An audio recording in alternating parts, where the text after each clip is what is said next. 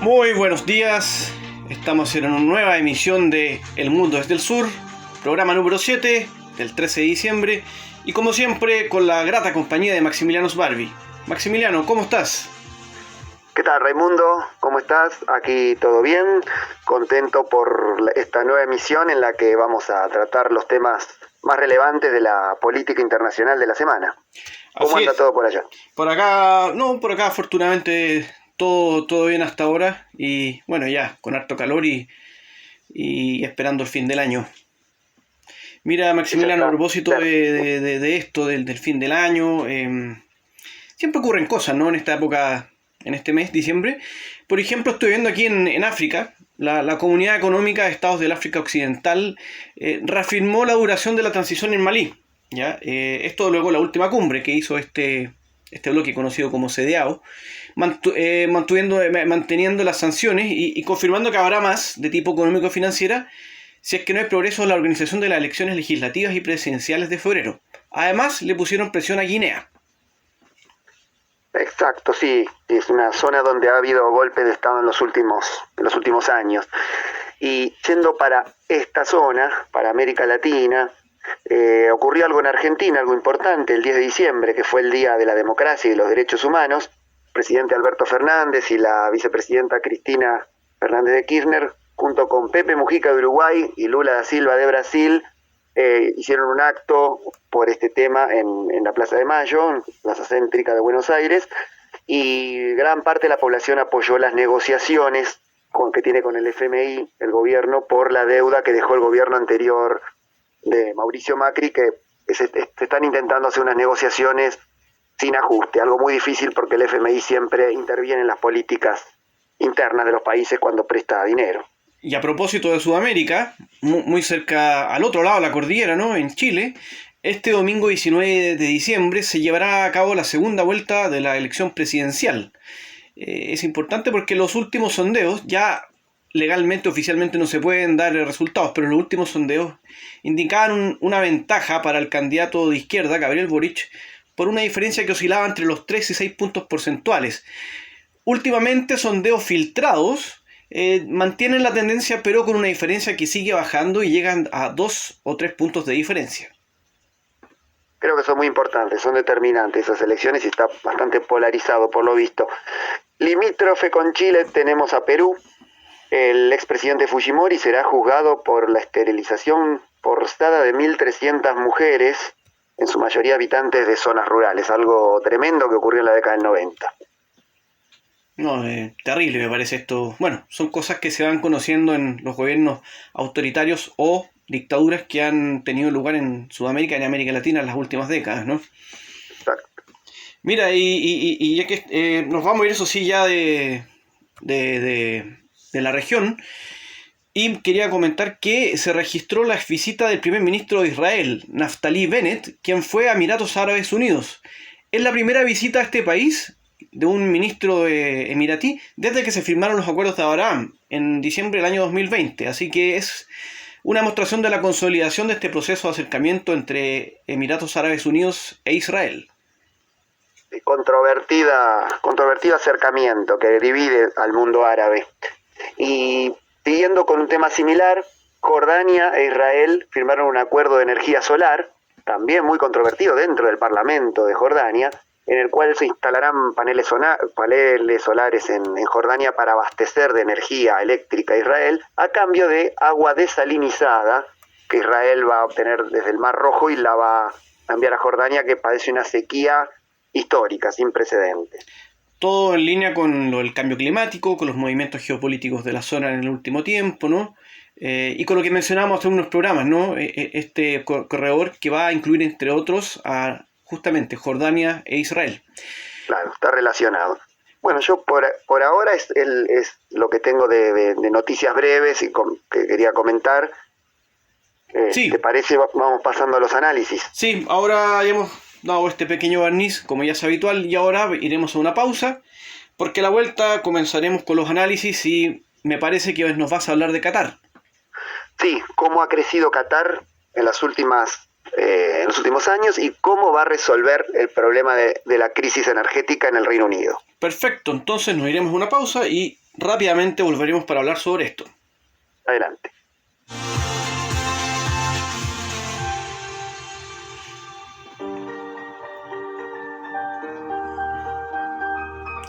Estamos aquí ya de vuelta. Como anunciábamos previamente, Maximiliano nos va a contar qué está pasando en Qatar o Qatar. Sí, el Reino Unido padece una gran crisis energética producto de varios factores. Uno de ellos es la desconexión de Europa, llamada Brexit, y en el cual Qatar acaba de firmar un contrato con el Reino Unido que va a abastecer de gas por los próximos 25 años. Así consolida la posición geopolítica en Europa. Qatar, que ya tiene varias inversiones, en el Reino Unido tiene 50.000 millones de dólares en inversiones en distintos sectores. Todo esto, todas estas inversiones son producto del excedente que tiene Qatar en la venta de hidrocarburos en el mundo, ¿no? Los llamados petrodólares. Qatar se especializa, es el primer exportador de gas natural licuado, que es lo que le va a abastecer al Reino Unido, que sin embargo, esto va a hacer que bajen los precios de la energía, cada vez se encarecen más en el Reino Unido por esa desconexión de Europa, pero al abastecerlo Qatar pueden llegar a bajar los precios, pero el Reino Unido también tiene problemas de almacenamiento, tiene poco lugar para almacenar y eso también puede llegar a agudizar la crisis. Pero en este momento Qatar la va a paliar con ese envío, durante los 25 años. Sí, importante cómo emerge la figura de Qatar en los últimos años. Como tú decías recién, claro, a partir de los hidrocarburos, con el tema energético, pero también se ha ido expandiendo esta influencia de Qatar en otros ámbitos, ¿no? Por ejemplo, en lo religioso y en lo diplomático. Exacto, sí. Lo diplomático, por ejemplo, Qatar fue la bisagra y el mediador entre Estados Unidos y los talibanes para que la OTAN se pueda retirar de Afganistán. También fue, una vez retirado de Afganistán la OTAN, China se posicionó como principal actor e inversor en Afganistán, y también fue Qatar el que medió entre los talibanes y China. El fin de semana pasado el príncipe heredero de Arabia Saudita, Mohammed bin Salman, visitó Qatar, y esto no es un dato menor porque durante varios años varios países del Golfo, como Emiratos Árabes, como Arabia Saudita, como Bahrein y también Egipto, que no es del Golfo, pero también estaba en el cuarteto de países que bloquearon a Qatar, bloquearon las rutas por aire, tierra, mar, bloqueos financieros. Entonces Qatar se vio obligado a acercarse a Irán de manera muy controvertida, porque en las monarquías del Golfo Irán constituye su enemigo principal, su enemigo número uno. Sí, lo de Qatar es bien llamativo porque, como dices, el contexto, ¿no?, lo llevó a tener esta alianza con Irán, pero también ha tenido una relación muy estrecha con Turquía. Han estado implicados, ¿no?, en Libia, en el Cuerno de África, en la península arábiga, por supuesto. Sí, la alianza con Turquía es una alianza indestructible, eso lo mencionó en un discurso hace unos días el presidente turco Erdogan, y Qatar salvó a Turquía de las sanciones de Estados Unidos luego del intento de golpe que hubo, aportando 15.000 millones de dólares en inversiones. También acaba de firmar un contrato con China para abastecerlo por 15 años de gas natural licuado por 1 millón de toneladas. Bueno, también, como decías, en el Cuerno de África, ha tenido influencia en Libia, en las mal llamadas primaveras árabes, ha aportado mercenarios en Siria, en Libia, también ha influido sobre la política en Sudán, algo que ahora se revirtió porque, bueno, en Sudán hubo un golpe hace 2 años y ya no, la influencia de Qatar y de Turquía se ha visto mermada. Pero lo que quiero destacar para finalizar es que Qatar tiene una compañía estatal llamada Qatar Investment Authority, que es un fondo soberano de inversión, en lo cual los excedentes de los hidrocarburos los utiliza para invertir en distintos ámbitos. Por ejemplo, en Europa, el 15% de las acciones de la Bolsa de Londres son cataríes. El 17% de las acciones de Volkswagen, la empresa alemana, también son de Qatar. Tiene también una gran participación en compañías aéreas como Iberia, como British Airways. Y también, bueno, en el fútbol ha invertido mucho, en el PSG, el Paris Saint-Germain, diría que casi el 100% son eh, inversiones y fondos de Qatar. Así que bueno, también en hidrocarburos se ha extendido en el Mediterráneo Oriental. Chipre le habilitó el 40% de la prospección de gas y petróleo en el mar, y otro 60% pertenece a la empresa norteamericana ExxonMobil, pero también se abre a la prospección de hidrocarburos en Mediterráneo Oriental, más allá de la Copa del Mundo que se va a realizar a fines del año que viene, Copa del Mundo de Fútbol.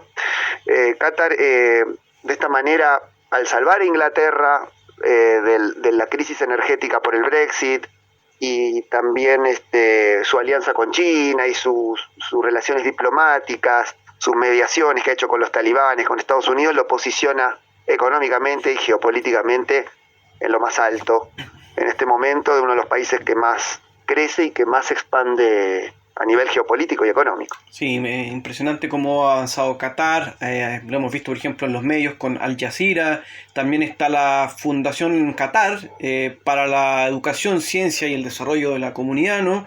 Y como has dicho, o sea, la plata que tiene Qatar, el poder finalmente, le ha permitido organizar un mundial de fútbol, ahora la Copa Árabe, incluso el año... Cuando fue el 2019, no el 2020, participó en la Copa América. Así que, en fin, este poder emergente, a ver qué seguirlo, ¿no?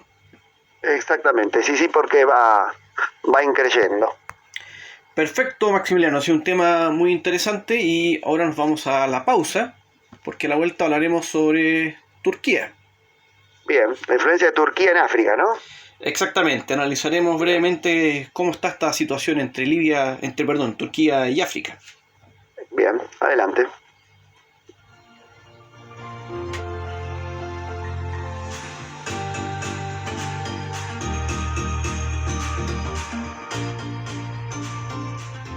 Seguimos en El Mundo desde el Sur, programa número 7. Como nos adelantó Raimundo, sigue casi en la temática anterior, muy relacionado con el tema que tocamos recién. Contanos cómo está actualmente la influencia de Turquía en África y qué se puede destacar. Bueno, hay que hablar en este tema, digamos, mencionar que Turquía es un país que no ha tenido vínculos históricos con África, pero que antes de la llegada de Recep Tayyip Erdogan, presidente de Turquía, no ahora, antiguo primer ministro, ha aumentado mucho, ¿ya? Esta política multilateral de africana de Erdogan es de tipo multilateral y abarca distintos ámbitos, como por ejemplo deportes, educación, cultura, comercio, política, seguridad, asuntos militares, etcétera. Realmente ha sido impresionante. Exacto. ¿Y en qué países exactamente existe la influencia turca, o en cuál está más presente? Bueno, mira, a nivel histórico hay que remontarse al Imperio Otomano, ¿no? Y en ese sentido el Cuerno África siempre ha sido una zona de gran relevancia para Turquía. No es coincidencia que ahí Turquía tenga, por ejemplo, siempre esté muy cerca de Somalia. Que esté implicado también en Sudán, que tenga también una relación estrecha con Libia. Es lo histórico de Turquía, donde estuvo el Imperio Otomano, pero se ha ampliado esto. O sea, hoy en día, y lo voy a decir con más detalle más adelante, pero está presente en el Magreb, en Egipto, en el Sahel, el Cuerno África, en África Occidental y en África Oriental. Mira, para que se vea un poco cómo es esto, la inversión extranjera directa de Turquía en África pasó de $100 millones en 2003 a $6,5 billones en 2017. ¿Ya? Además, en 2003 había 2 embajadas de Turquía en África y en 2021 ya son 43. Es una locura. O sea, en África hay 54 estados y en 43 de ellos hay embajadas de Turquía. ¿Ya? Se han abierto 31 embajadas desde 2009. Y además, Guinea-Bissau será la número 44 prontamente y la meta es llegar a 50. Claro, sí, no, una expansión bastante vertiginosa.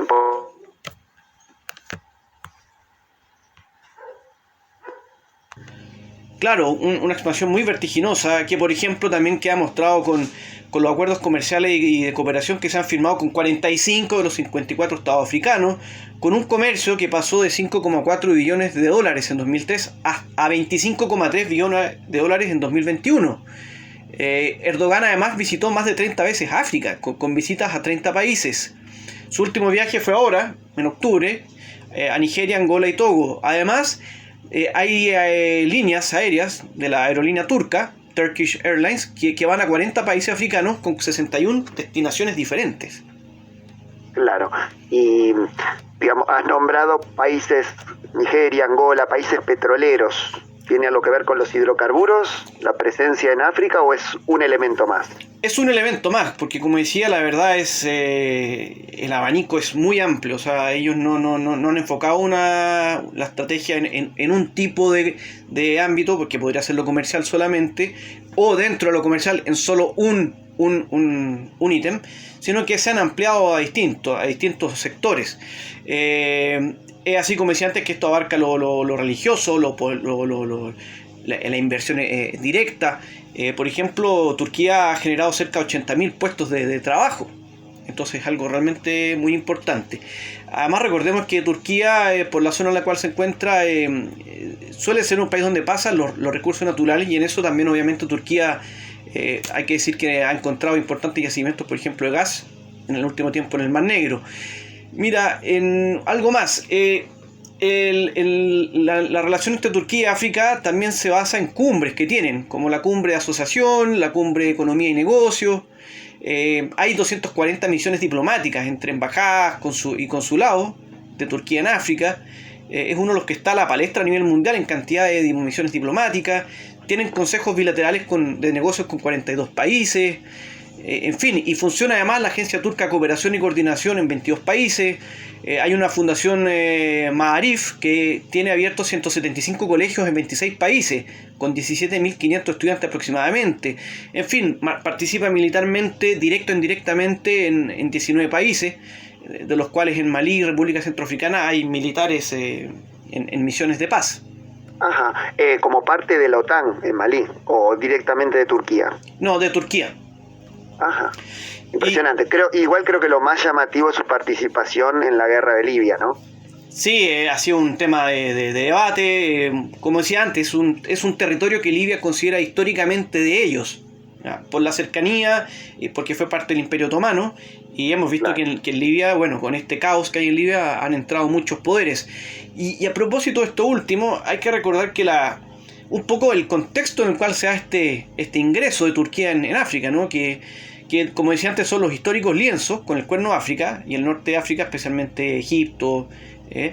Pero también aquí hay una disputa con las potencias tradicionales, como Francia y el Reino Unido, que fueron colonizadores.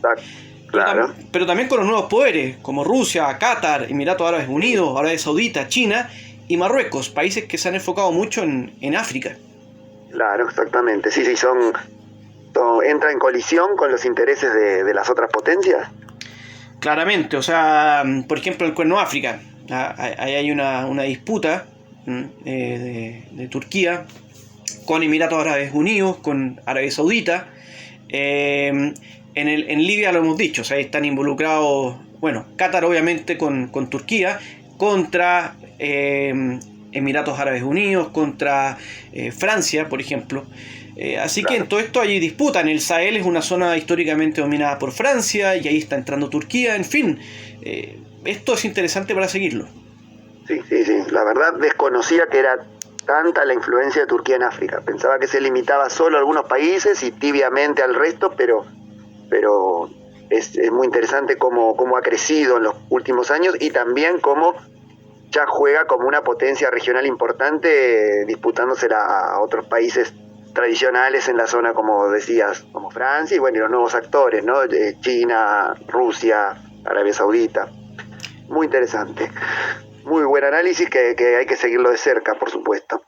Así y bueno, es. Si te parece, después de la pausa seguimos con más análisis. Hubo un referéndum independentista en Nueva Caledonia. Si te parece, vamos hacia análisis. Perfecto. Después de la pausa nos contarás qué pasó allá en Nueva Caledonia. Exactamente.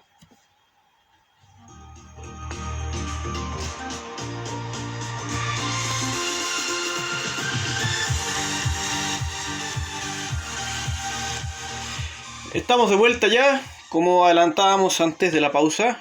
Maximiliano nos va a hablar qué está pasando en Nueva Caledonia. Sí, hubo un referéndum de independencia de Francia. Nueva Caledonia hace más de un siglo y medio que es una colonia francesa, y hubo un tercer referéndum de independentista, el cual el de ayer, domingo, fue boicoteado por los mismos independentistas que denuncian que no pudieron hacer una campaña por la crisis del COVID, que no se permitió hacer una campaña de manera normal. Entonces llamaron a postergarlo unos meses. París se negó, aduciendo que es imparcial en la contienda, bueno, digamos en la votación, pero no, se negó a aplazarlo, y bueno, se realizó ayer y ganó con más del 96% el seguir perteneciendo a Francia, cuando en realidad las cifras de los otros dos referéndums, hubo uno el año pasado y otro en 2018, poco más del 50% habían obtenido los partidarios de quedarse dentro de Francia. De hecho, creo que, y por favor corrígeme si me equivoco, pero creo que en el segundo referéndum la opción del no había perdido terreno, o sea, había aumentado, había disminuido la diferencia entre el sí y el no, creo que era 53-47, algo así. Exactamente, sí. En 2018 el quedarse dentro de seguir siendo colonia francesa había obtenido el 56, y el año pasado obtuvo el 53, iba disminuyendo. Es posible que si se realizaba de manera normal el referéndum de este año, quizás podía ganar el sí a la independencia. Y bueno, muchos se preguntarán, ¿qué tiene de importante Nueva Caledonia? Bueno, en primer lugar, es el sexto productor de níquel del mundo. El níquel es un metal que se utiliza para hacer monedas, para las baterías recargables, para los autos híbridos que son eléctricos y que van a gasoil, y también, bueno, para confeccionar imanes. Es un metal que se utiliza principalmente en la industria tecnológica con las baterías recargables, ¿no? Y China es el principal comprador de níquel del mundo. Pero las empresas que extraen níquel en las minas de Nueva Caledonia son en su mayoría francesas, también hay empresas suizas, y curiosamente hay una empresa que gestionan los kanakos, que es la etnia local, que constituye el 40% de la población, y el 27% son descendientes de europeos, principalmente de franceses, y el resto constituyen otras poblaciones locales. Los kanakos han sido siempre segregados, denuncian que tienen una mayor desocupación que el resto de la población. Antes de la pandemia tenían el 29% de desocupación contra el 7%, que es la desocupación de la isla, en realidad del archipiélago. Y han denunciado en otras elecciones que no han sido inscriptos los kanakos, gran parte de los kanakos no han sido inscriptos para votar, o sea que hubo fraude en otras elecciones porque no se los inscribieron, que claramente están a favor de la independencia de Francia. Bueno, vemos aquí claramente, sí, perdona Maximiliano, vemos claramente que una tendencia que se repite, que muchas veces las poblaciones locales quedan disminuidas, y manteniendo un poco lo que pasaba en la época de la colonia, ¿no? En que venía esta élite foránea, se imponía sobre el resto. En ese sentido, hay el elemento étnico, ¿es parte de esta iniciativa de tener un referéndum o es más bien económico, comercial? No, principalmente el tema es comercial, pero el elemento étnico es importante porque también se los ha dejado de lado en las votaciones, no actualmente, pero sí en las anteriores votaciones han denunciado que no se los ha inscrito correctamente y no les han permitido votar a la gran mayoría de esta población local llamada kanakos, ¿no? Y para finalizar, en caso de haberse independizado de Francia, Nueva Caledonia, es muy probable que pase directamente a la influencia de China, influencia geopolítica y económica de China en el Pacífico, porque como dije anteriormente, China es el principal comprador de níquel y iba a ser el principal extractor de níquel de la isla, que ya tiene comercio con Nueva Caledonia. Aporta turismo y también comercio, tiene un tímido comercio agrícola, pero lo principal es el níquel que se lo compra a las empresas francesas y suizas que operan en Nueva Caledonia. No Y se pudo dar. Sí, dime. tenía una duda. Tengo entendido que con esto ya no puede haber más referéndum independentista, ¿no? Exacto, este era el último referéndum, se perdió la oportunidad de la independencia, por lo menos por las próximas décadas. Tiene que haber un cambio en la Constitución para que se realice un nuevo referéndum y esto no va a ser posible en los próximos años, así que va a seguir dependiendo de Francia y las regalías por el níquel se las van a seguir llevando empresas francesas, suizas y también esta mina importante administrada por los canacos, pero recordemos que Francia no solamente tiene esta colonia por el níquel, sino que también es una posición geopolítica importante, es una de las últimas posesiones de la Unión Europea en el Pacífico Sur, ya que al desconectarse Gran Bretaña de la Unión Europea, sus colonias en Oceanía ya no pertenecen a la Unión Europea. Entonces, Francia invierte $1.000 millones por año en educación, desarrollo, seguridad y servicios públicos. La quiere mantener no solamente por el recurso natural, sino también por una cuestión geopolítica. Muy interesante el análisis, Maximiliano, y bueno, habrá que estar atento con lo que ocurra acá. Me imagino que las aguas no quedaron tan quietas luego que hubiese un boicot finalmente. Así que muchas gracias. Como siempre, un placer escuchar tu análisis y nos vamos a una pausa ahora. Sí, ¿qué tema tenemos después? A la vuelta vamos a estar hablando de Bosnia-Herzegovina. Bien, interesante. Sí, así que nos vamos. Vamos a la pausa. Exactamente.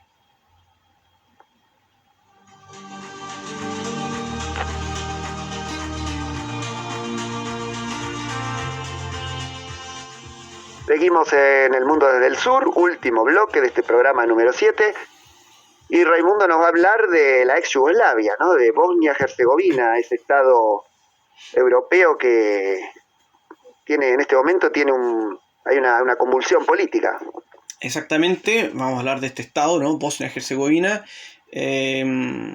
una antigua república de la antigua República Federal Socialista de Yugoslavia, ¿no? Que existió hasta 1992.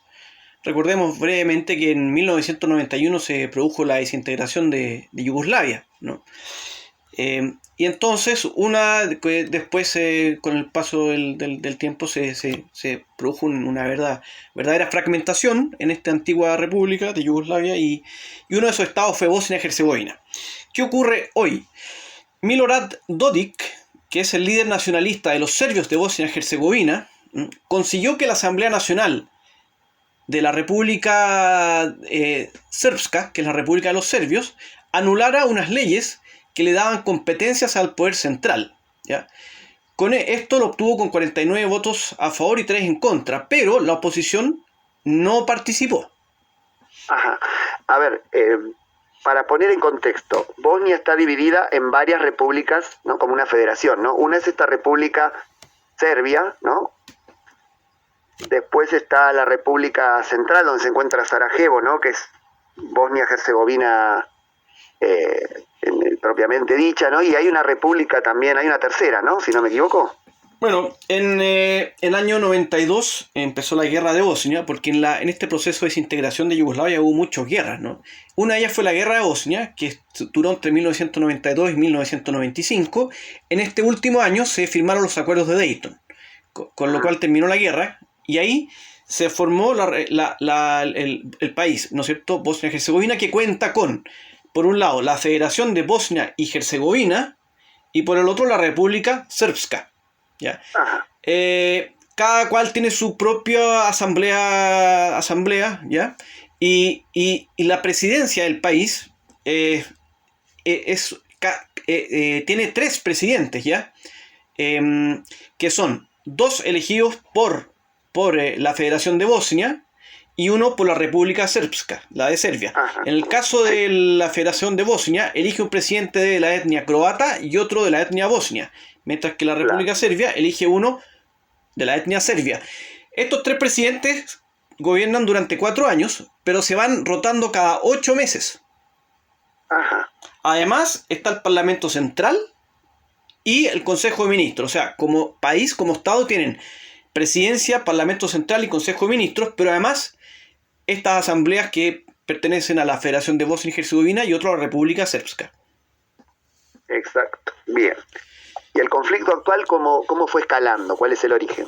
Bueno, el origen es porque está líder nacionalista serbio, Milorad Dodik, que quiere retirar el consentimiento de leyes establecidas en 2003-2005, que en el fondo son las que le dieron forma al ejército, al Poder Judicial y al sistema fiscal de Bosnia-Herzegovina como país, ¿ya?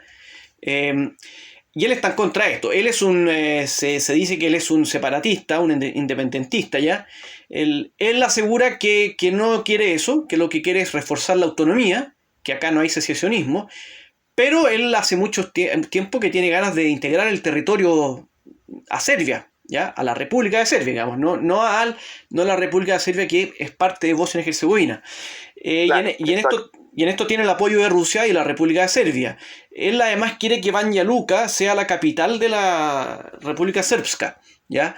Y aquí una gran polémica porque pidió 6 meses para elaborar nuevas leyes sobre esto que acaba de votarse en la asamblea local, y quiere crear instituciones propias de la República Srpska. Aquí el principal foco está en el ejército, porque el ejército se fusionó en 2005.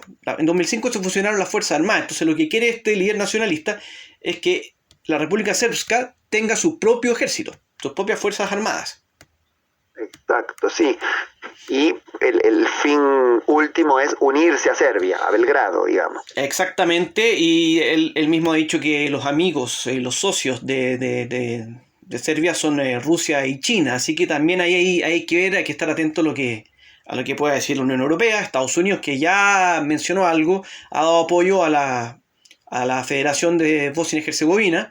Y en este sentido una cosa, hay que mencionar que Bosnia y Herzegovina es un país que tiene varias etnias, o sea, las principales son 3. Los bosnios, que son mayoritariamente musulmanes, representan cerca del 50%.